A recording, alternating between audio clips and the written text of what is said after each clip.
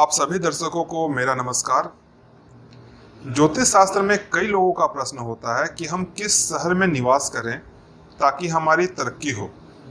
कुछ लोग यह पूछते हैं कि हमें किस जगह ट्रांसफ़र लेना चाहिए। ऐसे ही प्रश्नों के उत्तर देने के लिए ज्योतिष शास्त्र में कई नियम बताए गए हैं, जिसमें से कुछ क्लिष्ट हैं, हार्ड हैं और कुछ सामान्य। ऐसे ही वास्तुशास्त्र के अंतर्गत एक सामान्य नियम की चर्चा इस कार्यक्रम में हम लोग करने वाले हैं। इसके माध्यम से आप यह जान पाएंगे कि किसी क्षेत्र में निवास करना आपके लिए कैसा रहेगा, वह शुभ रहेगा या फिर अशुभ। वास्तुशास्त्र की कई प्राचीन पुस्तकों में इसका उल्लेख मिलता है। इसे हम लोग कहते हैं काकनी विचार। इस पद्धति में दो वर्ग बनाए जाते हैं। पहले वर्ग के अंतर्गत व्यक्ति के नाम के पहले अक्षर और दूसरे वर्ग में जिस जगह निवास करना है उस निवास स्थान का पहला अक्षर हम लोग लेते हैं। फिर जातक के नाम का पहला अक्षर और शहर के नाम के पहले अक्षर को लेकर के गणना की जाती है। इस गणना के परिणाम के अनुसार यह तय किया जाता है कि किस शहर में निवास करना किसी व्यक्ति के लिए कैसा रहेगा। आइए सबसे पहले इस गणना को करने के लिए जो विधि है वो समझते हैं। इस गणना को करने के लिए देवनागरी लिपि में प्रत्येक अक्षरों को एक संख्या प्रदान किया गया है, जो इस प्रकार से है। आप इसे देखें। यहाँ अ वर्ग को 1, क वर्ग को 2, च वर्ग को 3, ट वर्ग को 4, त वर्ग को 5, प वर्ग को 6, य वर्ग को 7 और स वर्ग को 8 ये संख्या दिया गया है। अब मैं गणना करने के तरीके को बताता हूँ। जातक के नाम के प्रथम अक्षर को आप ऊपर दी गई तालिका से देख लें। जो संख्या मिले उस संख्या को आप 2 से गुना कर दें। उसके बाद शहर के नाम के पहले अक्षर से जो संख्या आए उस संख्या को इसमें जोड़ दें। फिर 8 का भाग दे दें। जो शेष बचे वही काकनी होगी। ये काकनी जो आए ये व्यक्ति की काकनी होगी। अब इसी प्रकार से शहर की काकनी की गणना की जाती है। शहर की काकनी की गणना करने के लिए शहर के नाम के पहले अक्षर के जो समूह से जो संख्या मिली उस संख्या को लेते हैं। इस संख्या को 2 से गुना करते हैं। उसके बाद जातक के नाम के जो पहला अक्षर है उस अक्षर से जो संख्या आई उस संख्या को इसमें जोड़ देते हैं। फिर 8 का भाग दे देते हैं और 8 का भाग देने के बाद जो शेष संख्या आती है वह शहर की काकनी होती है। कोई शहर में निवास करना किसी जातक के लिए शुभ है या अशुभ, इसके लिए जातक की जो काकनी है वो शहर की काकनी से कम होनी चाहिए। अर्थात जो गणित करने के बाद संख्या आई है वो जातक की संख्या शहर की संख्या से कम होनी चाहिए। इस नियम को आप एक बार फिर से समझें कि कोई शहर किसी जातक के लिए शुभ है या अशुभ, इसके लिए जातक की काकनी शहर की काकनी से कम होनी चाहिए।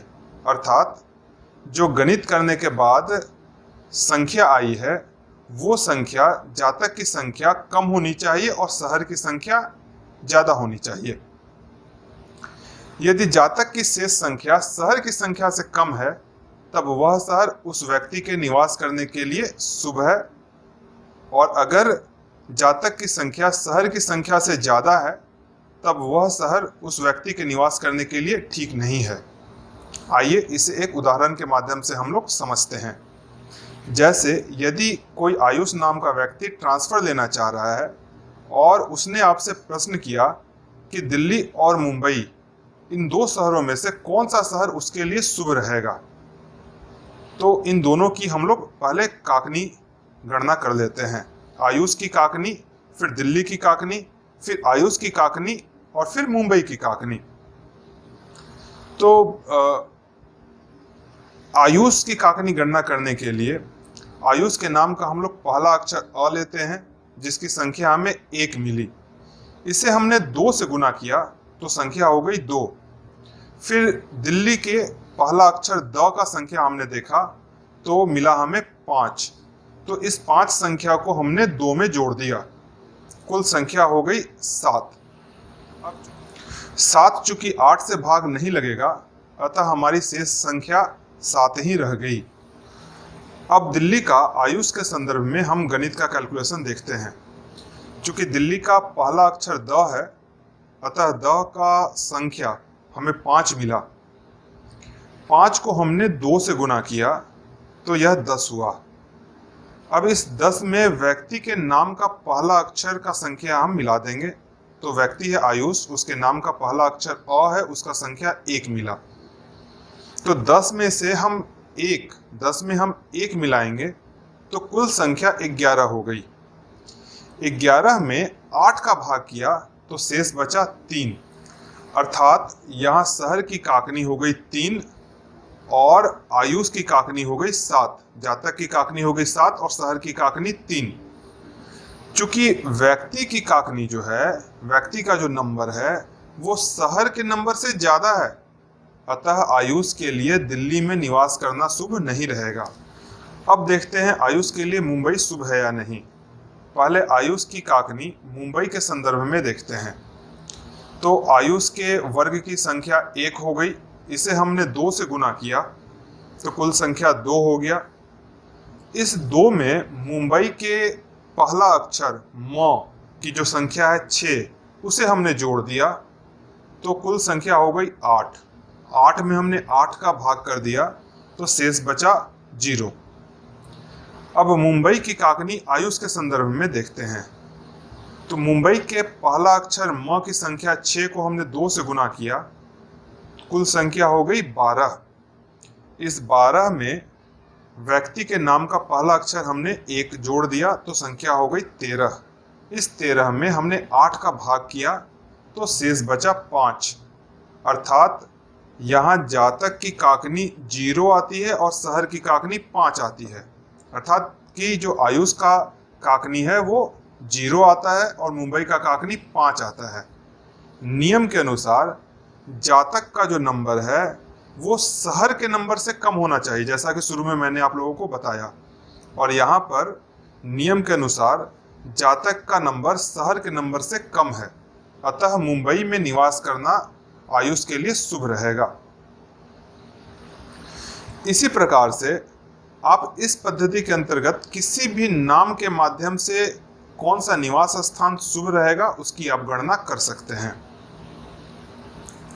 ज्योतिष शास्त्र में एक पद्धति और आती है जिसकी गणना इस वीडियो में हम नहीं करेंगे, लेकिन मैं आप लोगों को बता देता हूँ।